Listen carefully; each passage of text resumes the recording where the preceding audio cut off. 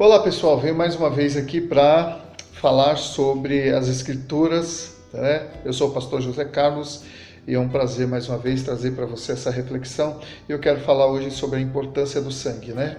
Nós estamos hoje numa data festiva, comemorativa, né? No mundo todo, ou pelo menos o mundo ocidental ou o cristianismo comemora a Páscoa, mas a gente precisa resgatar algumas verdades inerentes a ela, né? Então quero falar sobre a importância do sangue, porque tem tudo a ver, né? Nós sabemos que a Páscoa foi estabelecida por Deus lá no Egito, né? Na terra do Egito, onde se comemorou a primeira Páscoa, mas é claro que não foram os egípcios que a comemoraram, né? Que a estabeleceram. A Páscoa foi estabelecida para os judeus, para os israelitas, né? O povo de Deus, o povo a quem Deus queria tirar do Egito. Então, por muito tempo, por 430 anos, os judeus ficaram sob a servidão dos egípcios ali, e 430 anos foram formando gerações e mais gerações, que se estabeleceu então entre eles uma cultura egípcia. Embora eles ainda tivessem muita coisa aprendida de Abraão, de Isaac, Jacó, que foram os patriarcas, né? Mas com 430 anos vivendo num país estranho e sendo obrigado, né, a se submeter à legislação, ao domínio dos egípcios, então forma-se uma cultura. E Deus agora ele precisava desconstruir essa cultura, ele precisava provar para aquele povo que ele era o Senhor, que ele era o Deus de Isaac, o Deus de Jacó, o Deus de Abraão. E ele precisava provar também para Faraó que ele era o Senhor. E para isso, então, Deus se utilizou de 10 pragas, que cada uma delas tinha uma finalidade, né? Deus ele não ficou falando, não, dessa vez vou mandar gafanhoto, não, dessa vez vou mandar os piolhos, não. Cada praga tinha a ver com uma divindade do Egito. E a última praga, que era a morte do primogênito, tinha a ver com a principal delas, que era o próprio Faraó, né? Então, amados, por isso que Deus, na última praga, ele manda que os judeus, que os israelitas peguem cada família, um cordeiro, um cabrito, macho de 1 ano, sem defeito, e esse tinha toda uma prescrição ali, com ervas amargas, né? Eles tinham que estar com as sandálias nos pés, cajado na mão, porque naquela noite, então, o anjo do Senhor passaria sobre toda a terra do Egito, e na terra e na casa onde estivesse assinalado o sangue do cordeiro, o anjo destruidor não passaria, pouparia aquela família. Vamos ler o relato. Está lá em Êxodo 12, capítulo 12, versículos 12 e 13, que diz assim: porque naquela noite passarei pela terra do Egito e ferirei todos os primogênitos da terra do Egito, tanto os homens como os animais, e sobre todos os deuses do Egito executarei juízos. Eu sou o Senhor. Mas o sangue vos será por sinal nas casas em que estiverdes. Vendo eu o sangue, passarei por cima de vós, e não haverá entre vós praga para vos destruir, quando eu ferir a terra do Egito. Então, amados, quando Deus estabeleceu a Páscoa no calendário hebreu, o sangue era o elemento indispensável, porque a vida estava no sangue, e no sangue derramado estava a morte, a maldição, né? Então a morte nada mais é do que o juízo de Deus sobre o pecador, o derramamento do sangue. É por isso que Deus, então, depois ele vai dizer que o sangue profana a terra, e o sangue pertence a ele. Então Deus, é ele quem pode dar a vida e quem pode tirar, né? Mas isso é assunto para outra oportunidade. Então, o sangue nos umbrais da porta era o sinal de que naquela casa haveria um sacrifício, houve um sacrifício de sangue. E na casa em que havia um cordeiro morto, não havia nenhum cadáver humano. E na casa onde não havia o sinal do sangue, é porque não havia sido morto um cordeiro ali. Mais especificamente, na casa dos egípcios, o primogênito de cada família dos egípcios morreram, o primogênito de cada animal, de cada inseto, morreu, porque Deus estava executando juízo sobre toda a terra do Egito e sobre todos os seus deuses, inclusive o filho de Faraó, porque Faraó era considerado uma divindade também, né? Deus, ele era um deus Faraó. E por isso Deus matou também o filho de Faraó, para ele mostrar que ele é Deus. E naquela noite, então, Faraó praticamente expulsou os hebreus ali do Egito, foram libertos, e Deus estabeleceu que aquela data fosse comemorada todo ano para que eles se lembrassem de onde eles vieram, quem eles eram, para que eles nunca perdessem de vista que um dia eles foram escravos e que Deus os libertou. Bom, não importava se era hebreu ou estrangeiro, rico ou pobre, o sangue do cordeiro nos umbrais da porta é que fazia a diferença entre a vida e a morte. Eu tenho para mim, amados, que se um egípcio resolvesse matar um cordeiro e botasse o sangue na porta dele, Deus pouparia a família daquele egípcio, porque o sangue era um sinal. Não era questão da religião, não era questão do status, da denominação, não, era questão da obediência. Era o sangue que ia fazer toda a diferença, o sangue do cordeiro, né?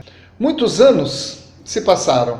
Jesus, agora diante dos seus discípulos, por ocasião da última ceia, ou da Santa Ceia, ou da Ceia do Senhor, em comemoração à Páscoa, Jesus agora ele vai dar um significado real à Páscoa, porque a Bíblia diz no livro de Hebreus que as coisas do Antigo Testamento eram sombras das coisas que haviam de se cumprir em Jesus. Então Jesus agora ele vai se colocar como o Cordeiro, aquele que João Batista para o qual João Batista havia apontado, dizendo: "Esse é o Cordeiro de Deus que tira o pecado do mundo." E de fato Jesus, na noite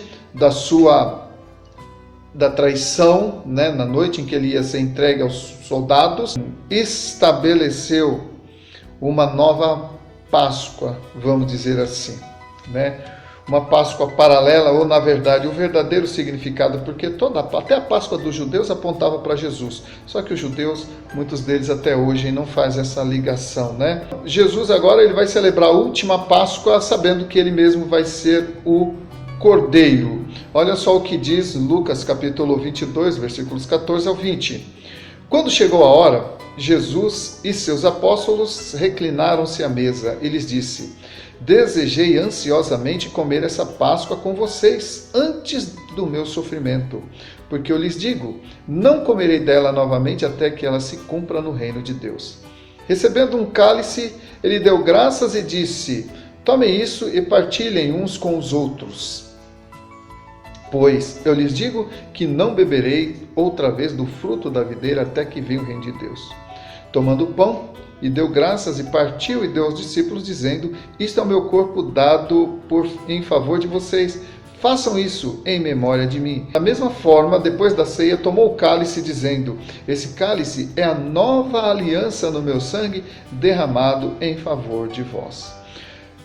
O sacrifício agora é mais abrangente, mais eficaz e definitivo. Mais abrangente porque agora abrange toda a humanidade. Mais eficaz porque, como já falei anteriormente, os sacrifícios, os rituais da antiga aliança eram sombras de uma nova aliança. Então agora o sacrifício perfeito, eficaz e único. Era um sacrifício que nos reporta realmente aos tempos de Abraão, quando Deus promete, ou quando Deus entra em aliança com Abraão, tendo como objeto dessa aliança o sangue do seu filho Isaque. Claro que Deus depois impediu que Abraão o matasse, mas Abraão estava disposto a entregar o que ele mais amava, o que ele tinha de mais préstimo nessa vida, a Deus. E Deus então proveu um sangue que não era o sangue de Isaque, porque agora Deus sabia que Abraão o amava. Então Deus proveu um cordeiro para que esse cordeiro fosse sacrificado e o sangue então fosse o trâmite desta aliança, e a vida de Isaque foi poupada. Mas Deus depois ele reforça a aliança com Abraão, dizendo: "Olha, porque você não negou seu único filho, eu vou te abençoar e você será uma grande nação, e eu vou entregar meu filho." Amados, os historiadores, eles dizem que o monte na terra de Moriá, porque não é um monte Moriá, é um monte na terra de Moriá. Moriá era uma região, então um monte ali na terra de Moriá, nos tempos de Abraão. Muitos historiadores afirmam, e eu creio, que O mesmo lugar onde Isaac ia ser sacrificado é o mesmo lugar que, não, 1000 e poucos anos depois, Jesus foi crucificado, né? Parece coincidência, mas não é não. Então, através de Jesus, então ele vai sancionar sua aliança com Abraão e com toda a descendência de Abraão, tanto judeus como não judeus, porque lá no livro de Gálatas, o apóstolo Paulo vai dizer que os da fé é que são filhos de Abraão. Então, se eu tenho fé, eu sou descendente de Abraão, pela fé, você também. Né? Os da fé é que são filhos de Abraão. Então, nós entramos na árvore genealógica de Abraão por adoção. Nos tornamos filhos de Deus, né? Através do sacrifício de Jesus. O Senhor Jesus foi crucificado e derramando o seu sangue até morrer. Sua morte fez toda a diferença na história da humanidade, pois a igreja foi levantada sobre a insígnia da cruz que ele levou, a insígnia de uma cruz. O sinal ainda é o mesmo, o sangue. A sombra dessa cruz estende-se pelos séculos através do tempo, da história, das gerações, das etnias, dos povos, e surgiram dogmas, surgiram tradições, surgiram outros ensinos acerca da vida de Jesus, do Evangelho, enfim. A cruz, de qualquer forma, se tornou o estandarte do cristianismo. E o apóstolo Paulo diz, né, olha, decidi nada saber dentre vós, senão de Jesus Cristo e esse crucificado. Então, a cruz, ela lembra a condenação, né? A cruz hoje, para nós, ela tem um caráter mais romântico, mais romantizado, né? Mas na época dos Césares, na época de Jesus, a cruz não era nada legal. A cruz era um instrumento de morte, de tortura primeiramente e depois de morte. A pessoa, ela demorava para morrer, ela ficava agonizando por muitas horas, às vezes até dias, ali até morrer. Então a cruz, amados, não era nada agradável. Hoje a gente tem a cruz como um símbolo do cristianismo, que graças a Deus, Jesus foi pregado nela em nosso lugar, né? Ele morreu por cada um de nós. Então a cruz, ela lembra a condenação, ela lembra a humilhação, ela lembra a morte, mas é da morte que surge a vida. Jesus disse, o grão de trigo cair em terra, não morrer, ele fica só, mas se morrer, produz muitos frutos. Essa é a mensagem da cruz. Agora, quando nós vemos lá no texto de Êxodo 13, né, que diz, o sangue vos será por sinal nas casas em que estiverdes. Quando eu vir o sangue, passarei por vós, e não haverá entre vós praga destruidora, quando eu ferir a terra do Egito. O sangue tinha que estar bem visível, do lado de fora, na verga da porta. Não bastava o cordeiro ser morto. O sangue tinha que ser visível. O sangue era a cobertura, a garantia da proteção e do cuidado divino. Era o sangue que fazia toda a diferença. Então, amado, não basta você professar uma fé intelectual no Evangelho, uma fé em Deus, né? O sangue tem que ser visto na sua vida.